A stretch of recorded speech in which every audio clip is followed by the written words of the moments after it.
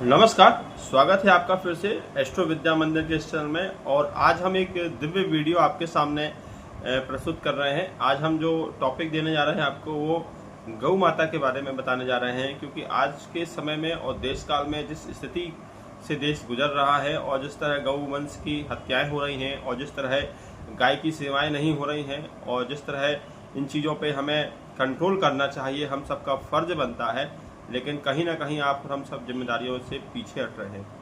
आज के इस वीडियो में हम यही गौ माता की गाथा समझेंगे कि गौ माता कहाँ से हैं और उनके दिव्य शरीर में कौन किन देवताओं का वास होता है। लेकिन उससे पहले आपसे हम यही रिक्वेस्ट करेंगे कि जहाँ कहीं भी हो, आप यदि सक्षम हैं, ईश्वर ने यदि आपको धन दिया है, रुपया दिया है, पैसा दिया है, घर दिया है, मकान दिया है, जितनी जगह में आप एक गाड़ी को रख लेते हैं, एक टू व्हीलर को, एक फोर व्हीलर को रखने की जगह देते हैं, तो आपसे अनुरोध है कि एक एक गौ माता को यदि आप अपने घर में शरण दें, उनकी सेवा करें, तो आपके न जाने अनादिकाल के रोग कष्ट दूर होंगे, पुण्य की प्राप्ति होगी और आपके धर्म और कई पीढ़ियां आपकी उनसे तरेंगी। क्योंकि गौ की सेवा के बारे में शास्त्रों में हर जगह लिखा है और हर जगह बताया गया है। इसलिए आपसे निवेदन करते हैं कि यदि आपके पास धन है, सामर्थ्य है, जगह है, सब कुछ है, तो गौ सेवा जरूर करिए। एक गाय को जरूर पालन करिए। तो रास्ते में या कहीं पे जो गाय हैं जो घूमती हैं या जिनकी सेवाएं नहीं हो पाती, लोग छोड़ देते हैं, तो उनको आचरण शरण जरूर दीजिए, क्योंकि सेवा ही परमो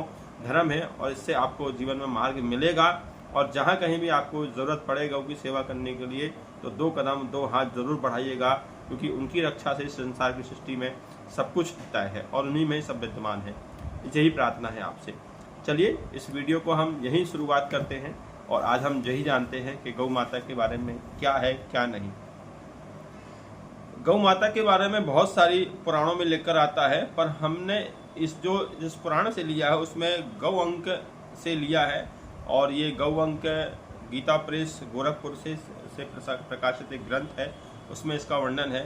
धेनु मानस ग्रंथ एक और है, वो उसमें से भी वर्णन है कुछ, और 1-2 ग्रंथ और हैं, कहीं कहीं पुराणों में भी वर्णन मिलता है गौ के बारे में। गाय के शरीर में समस्त देवगुण निवास करते हैं। कई लोग बोलते हैं ना कि गौ माता के शरीर में 33 करोड़ देवी देवता कौन से हैं, गिनवाइए, प्रमाण दीजिए। तो कई बार हमने वीडियो में भी देखा, यूट्यूब पर भी हमने भी सर्च किया, पर बहुत से लोग उसको बताने में सक्षम नहीं हुए, क्योंकि प्रमाण कहीं नहीं मिले। पर मुझे एक जगह प्रमाण मिला, तो मैंने आपके समक्ष प्रस्तुत किया है। और लोगों को जरूर शेयर करिएगा ये वीडियो, गौ माता के जितने भी भक्त हैं उनके लिए बहुत जरूरी है। समस्त देवगण निवास करते हैं। गौ के पैर में समस्त तीर्थ निवास करते हैं। गौ के गुहा भाग में लक्ष्मी सदा निवास करती है। गौ के पैरों में लक्ष्मी मिट्टी का तिलक, अर्थात गाय जहाँ खड़ी होती है उसके चरणों की मिट्टी का यदि कोई तिलक करे तो लक्ष्मी जी बड़ी प्रसन्न होती हैं। ध्यान रखिएगा, ये वर्णन है शास्त्रों में। कहा गया है तिलक करने से जो मनुष्य अपने मस्तिष्क पर लगाता है वह तत्काल तीर्थ जल में स्नान करने का पुण्य प्राप्त होता है। मतलब गौ के चरणों की मिट्टी का तिलक लगाने से उसको तीर्थ के जल का पुण्य का प्राप्त होता है और उसको विजयश्री प्राप्त होती है। जहाँ पर भी गौएं रहती हैं उस स्थान को हमेशा तीर्थ ही कहा जाता है। और ऐसी भूमि में जिस मनुष्य की मृत्यु होती है, जहाँ गौएं होती हैं, वहाँ तत्काल व्यक्ति मुक्त हो जाता है। जहाँ गौएं निवास करती हैं वहाँ अद्भुत होता है। कृष्ण जी भी कहते हैं ना उसमें कि गौएं मेरे आगे हों, गौएं मेरे पीछे हों, जहाँ मैं रहूं मैं वहाँ गौओं का निवास जरूर हो। तो गाय को जो कुछ भी दिया जाता है उसका पुण्य कभी नष्ट नहीं होता है। अन्न किसी को देने में नष्ट हो जाता है, पर गाय को एक रोटी भी दी आपने दी है तो उसका पुण्य कभी नष्ट नहीं होता है, बल्कि और उल्टा हमको आशीर्वाद प्राप्त होता है। गौएं पर सभी चीजें निर्भर है। गौ ही यज्ञ है और यज्ञ ही गौएं हैं। गाय के शरीर से गूगल के समान मनोरम सुगंधित मिलती है। गाय की भूत और भविष्य है, लक्ष्मी की जड़ है, गौ माता ही है। जिस घर में कहते हैं गौ माता होती है वहां धन की कभी कमी हो नहीं सकती। कहीं ना कहीं प्रकार से आपको धन माता की कृपा से आता रहेगा। गाय के मूत्र व गोबर से घृणा कभी नहीं करना चाहिए। इससे मनुष्य को पुष्टि प्राप्त नहीं होगी यदि घृणा करेंगे तो। इसलिए गाय के मूत्र और गौ से हमेशा आपको आदर सम्मान देना चाहिए। इससे आपके जीवन में अशुभता नहीं आएगी और शुभता बढ़ेगी। साथ ही साथ मांस नहीं खाना चाहिए। जितने पुण्य हैं वह सब नष्ट हो जाएंगे, अधोगति को प्राप्त हो जाएंगे। यदि आप गौ सेवा करते हैं, गौ पालन करते हैं और आप यदि मांस का सेवन करते हैं तो सारे आपके पुण्य नष्ट हो जाएंगे। और अधोगति को प्राप्त हो जाएंगे। ऐसे लोगों को, गौ सेवा करने वालों को कभी भी मांस, मदिरा और अंडा इन चीज़ों का सेवन नहीं करना चाहिए। नशा करना से सारे पुण्य नष्ट होते हैं। प्रतिदिन शरीर में गोबर लगाकर स्नान करने से सूखे हुए गोबर पर बैठे या उस पर थूके नहीं कभी, और शरीर पर गौमूत्र, मलमूत्र वगैरह, गोबर पर मलमूत्र वगैरह ना छोड़ें, तथा गाय का कभी भी तिरस्कार ना करें। ये बात ध्यान रखिएगा। कभी भी सूखे हुए गोबर को, या कहीं गाय ने गोबर दिया है उसको प्रणाम करें, उसको मस्तक झुका दें, उस पर लात नहीं मारना चाहिए। इससे भी आपको अधोगति की और प्राप्त होगी और आपके पुण्य क्षीण होंगे। गाय प्रतिदिन सुबह शाम गाय कहीं दिखे तो नमस्कार जरूर करें, उनकी प्रदक्षिणा करें। गौ माता की करने से 7 भूमंडल की परिक्रमा हो जाती है। यदि एक गाय की आपने परिक्रमा कर ली 7 बार तो 7 भूमंडल की परिक्रमा आपकी हो जाती है। गाय धर्म, अर्थ, काम और मोक्ष प्रदान करती है। यदि पवित्र वस्तुओं में से कोई वस्तु है तो वह सबसे पवित्र केवल गाय ही है।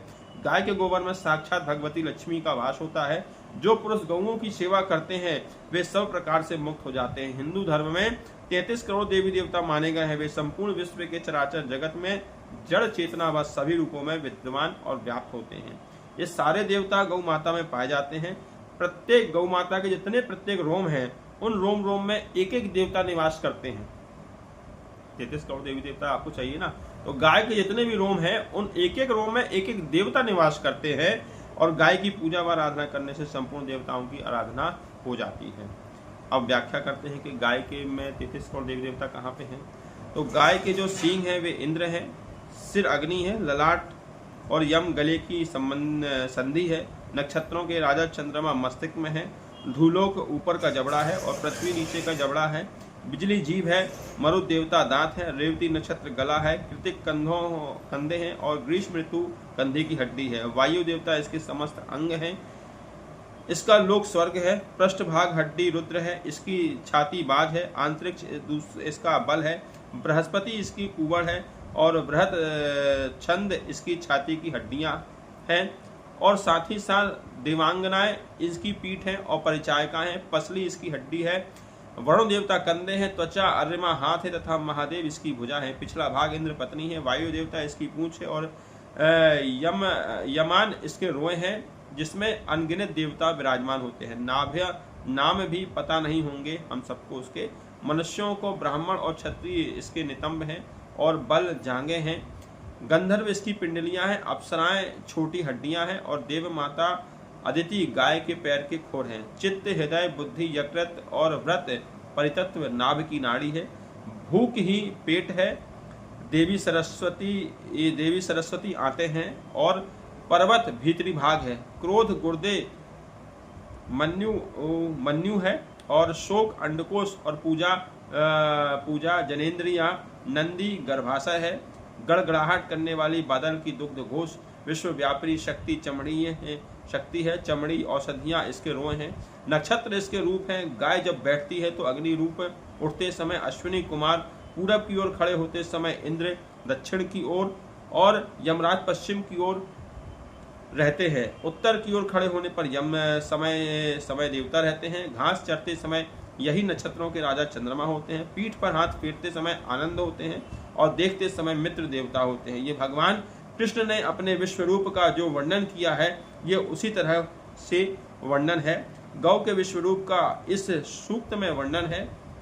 देवता इसकी गुदा है, मनुष्य इसकी आते हैं और अन्य प्राणी अमाशय है, राक्षस रक्त है और पितर मनुष्य पेट है। इसलिए जब पितृ पक्ष से चलते हैं तो गाय को रोटी देते हैं, क्योंकि पेट में पितृ निवास करते हैं, इसलिए पितरों को वो चीज प्राप्त होती है। कई लोगों को मैंने भी सुना है कि गाय को रोटी देने से पितृ कैसे प्राप्त हो जाते हैं। तो ये देखिए पुराणों में क्या लिखा है, पितर अनुष्य जो है जो पेट है गाय का, तो वहां देने से, रोटी देने से उनको प्राप्त होता है। इसमें अभी मैंने कुछ चीजें छोड़ दी हैं, लिखी नहीं है, क्योंकि बहुत सारा इसमें लिखा हुआ है। इस धेनु मानस ग्रंथ में यदि आपको पढ़ेंगे तो वाकई में आपको पूरे 33 करोड़ देवी देवता हैं, उन कहाँ निवास करते गाँव में, गाय में, तो वो सारी चीजें आपको जानकारी मिल जाएगी और गाय की महिमा भी मिल जाएगी आपको, और बहुत सारी चीजें उसमें समाहित है। इसलिए आप सबसे निवेदन है कि गौ माता जहाँ भी देखें आपको प्रणाम करें, हाथ जोड़ें।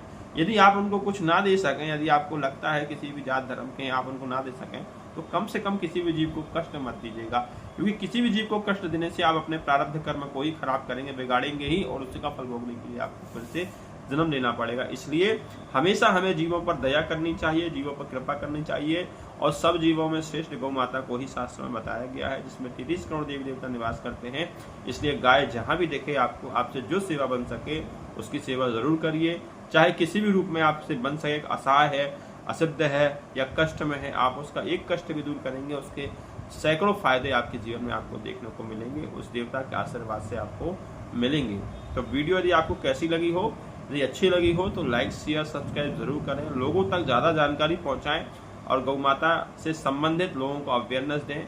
यदि आप सामर्थ्य हैं अपने जीवन में गौ माता की सेवा करने में, तो एक सेवा जरूर करें। आपके घर में हजारों गाड़ियां होती, 4-4, 5-5, 6-6 गाड़ियां रखते हैं, कार रखते हैं, तो गौ के लिए एक छोटी सी जगह तो आप उसे दे ही सकते हैं, और थोड़ी सी सेवा आप कर ही सकते हैं, जो आपके लिए बड़ा पुण्य की प्राप्त होगी और अधोगति से भी आपको बचाएगी और आपके पितरों को भी निमित्त कार्य बनेगी। तो वीडियो में बस इतना ही, धन्यवाद।